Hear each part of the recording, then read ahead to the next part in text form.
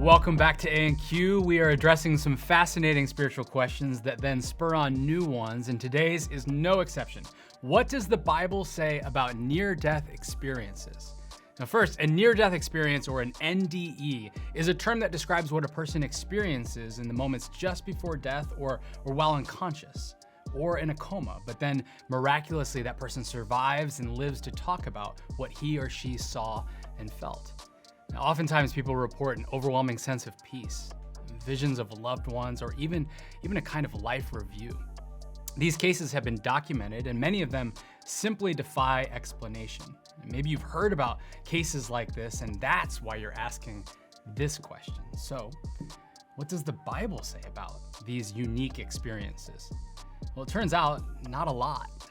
The Bible talks a lot about the afterlife, but it doesn't go into any detail about NDEs.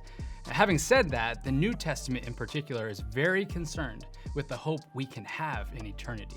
This theme of hope comes up time and again in Paul's letters, where he reminds us that Jesus defeated death with his own death and resurrection. This means that when followers of Jesus face loss, we grieve and we mourn deeply, but with a unique kind of hope, a resilient hope, a hope that perseveres during loss and heartache, a hope that reminds us that Jesus, not death, has the last word, and those who trust in him will be raised up with him. That's a profound promise, and I have seen how this hope transforms the grieving journey for countless people.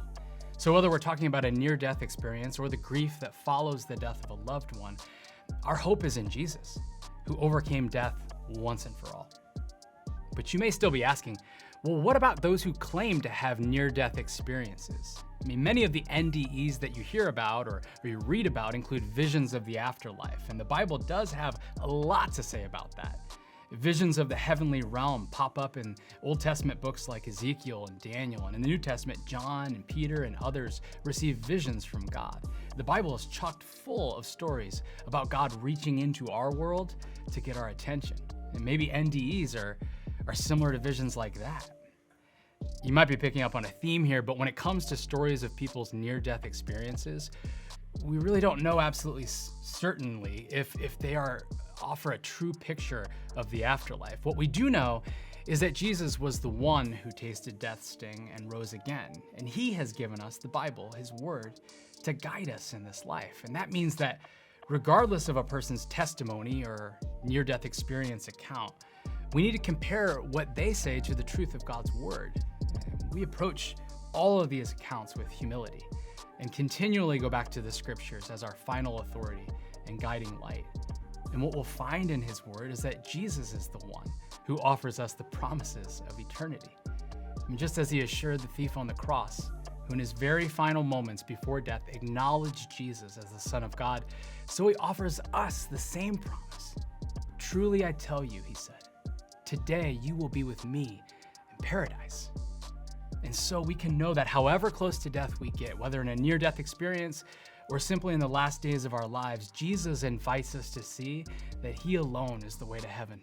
And what a promise that is. We hope that this answer has helped to address the question and maybe stirred up more questions about how to come alongside of people who are grieving a loss, or maybe how to experience the hope we're talking about yourself. If that's you, then post those questions below. Check out our other videos and subscribe for the new ones. We'll see you guys again really soon.